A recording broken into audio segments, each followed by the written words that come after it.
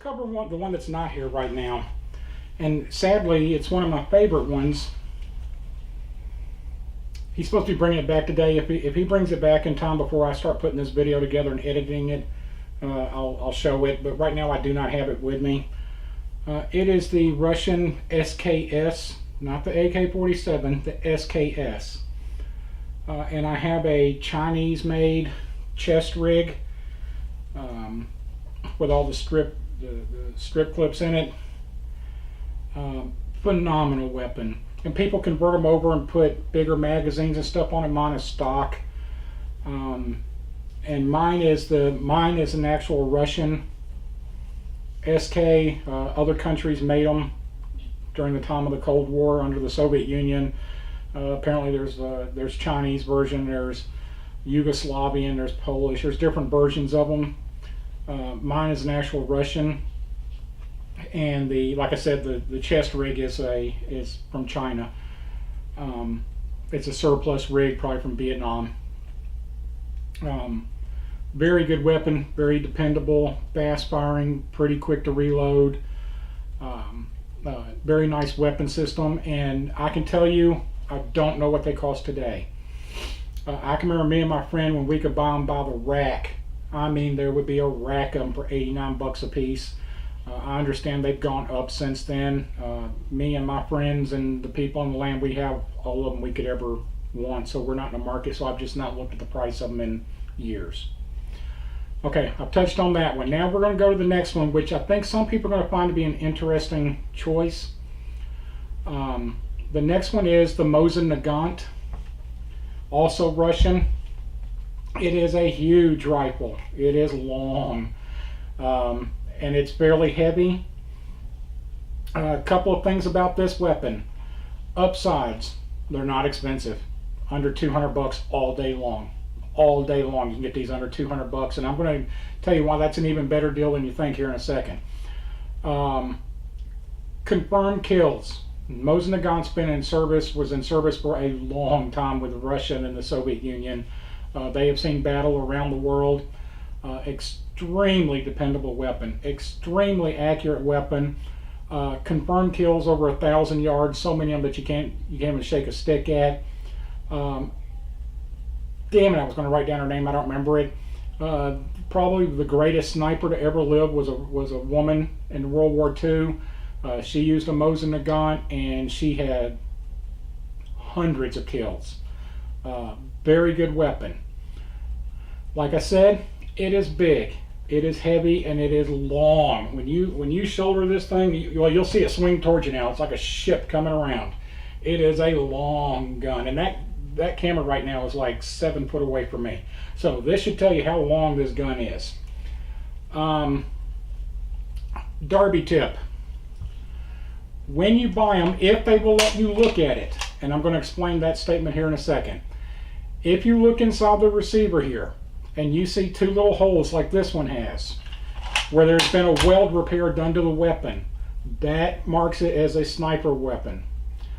What they would do when they made these is they would come off the assembly line. They had a rig they'd put them in. It was actually women that sat there in the Soviet Union, and as these came off, they would put them in this rig and they would fire it. And there was a target at the end. If it hit the target, they would put it on a separate cart. It would go to another room where somebody else would test fire it on a rig, and if it made it there, it would go to a third room, and that's where they would really check the weapon out. If it was what they called a true weapon, then they would send it down a separate assembly line, because it was a very few of them that did it, and they would drill the holes in it to mount the scope. When these went into surplus, when they started getting rid of them, they put the original stocks back on them, and they did a weld repair on those 2 holes. So if you want to convert it back to the sniper weapon, which I will do to this one, I'm going to take it to a gunsmith. I'm not a gunsmith.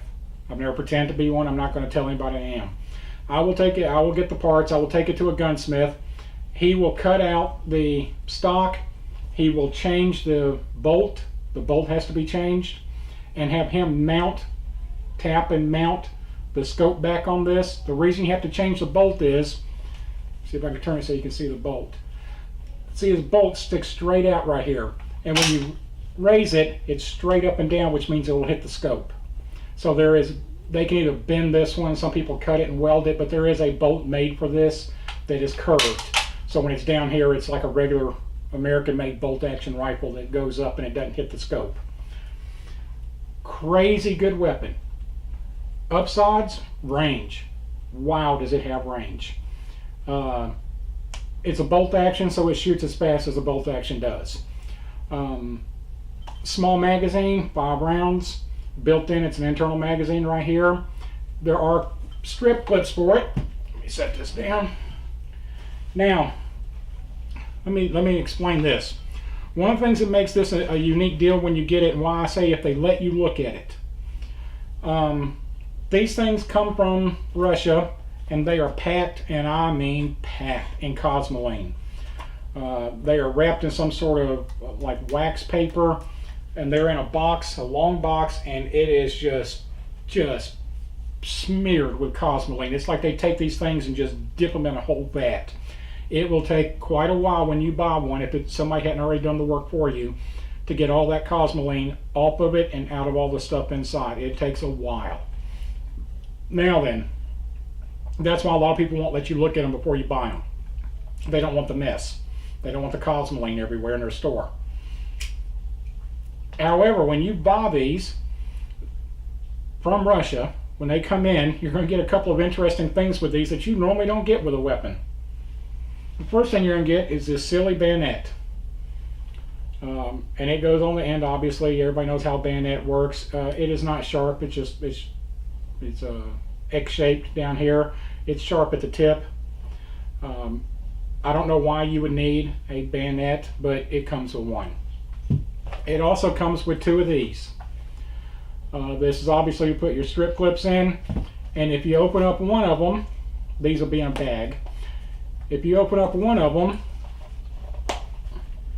it's going to have your 2-part can for your cleaning solution and your oil for cleaning your gun.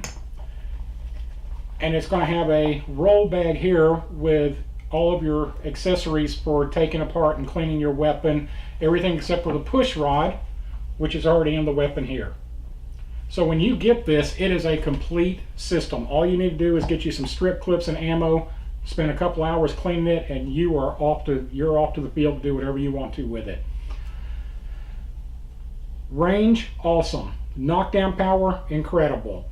Ammo, pretty cheap. A box of 28 rounds for this, or I don't know, 14, 15 bucks. That's cheap. However, I personally don't like these bags. They're a pain in the, you just saw me a minute ago try and get one open. I mean, it's an okay system, but it's not my thing. So what I did was I took a Vietnam era harness system. I don't have the canteen in it right now, it's sitting over there. I put a canteen holder on one side.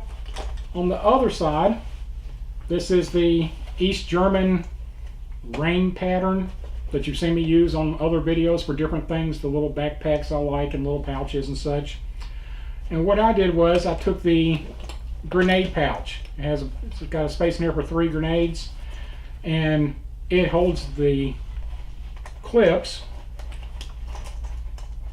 perfectly. You could probably get 15 of them in there. I don't stick 15 in. And as you can see, compared to when we were talking earlier about the 22 round, which is smaller than the head of this, the whole round is smaller than the projectile from this one. This is some serious firepower here. This is knockdown power, this is range, this is accuracy, this is get the job done.